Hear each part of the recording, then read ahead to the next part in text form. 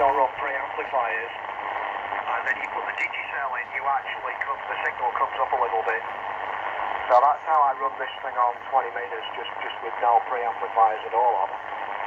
Yeah, I haven't really used the amp. I tried it to make sure it worked. That was it. Don't use it at all. So they're a lovely bit of gear. Not something you want to be carting around on DX expeditions or something. Bloody hell, they got some weight in them, haven't they? Yeah, what did you think when you had to get your little red screwdriver that they supplied to put the BFO knob on, Arthur? Yeah, that was alright, but what got me is when I pulled into the freight depot and it didn't fit in the boot of a Commodore.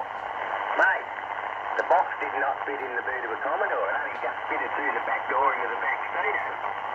That's right, and it's not really a one-man job to fit that box up, is it? You need two men, and you're going to fight with it to get it out of the box. And yeah, I'm very happy with mine. I wouldn't change it for anything, man. I bought this.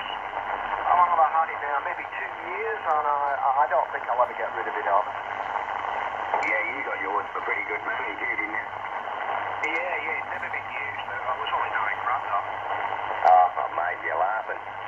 You'd probably get 10 or 12 for it now. So, anyway, this is good. 5 years warranty, all the rest of it. So, more than happy with it. I'm not regretting it at all. And the more I use it, the more I actually enjoy it. So, it's, I've got it set up the way I like. I'm only using a 7300 hand mic on it.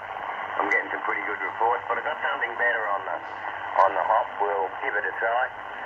If I don't get any improvement, I'll go back to this thing, but I'll make sure I write all the settings down first, though.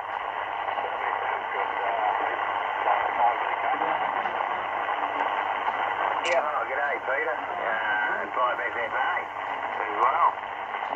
Anyhow, Pete, that's the story here. VK2CR, the three of us now. Definitely keep this one, eh? Yeah, for sure, mate. No, they work very, very well. And the good thing is also you can use the second receiver on the same frequency you're on and put different filters and different settings in it. And two separate speakers, so it just goes on and on and on. But I've had mine for probably 2 years now, and I've had a 101, a YC 101, and stuff like that. I wouldn't have another one of them.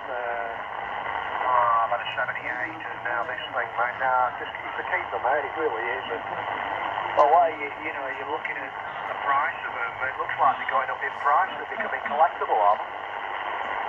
Yeah, well, that's right. I mean, they said they were.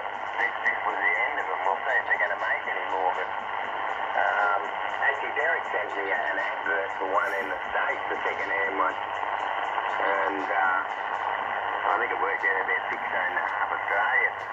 So, quite expensive. All right, mate, I'll get it over to these other blokes and I'll get out of here and go for a walk or something. But good to catch you. Yeah, I'd be there. Good to catch you, mate. You get on with these other guys and I'll do what I was doing before. Catch you later, VK2 Charlie Radio. Yeah, okay, Pete. No worries. VK5 VK twice in 2 days as well. G'day, Pete.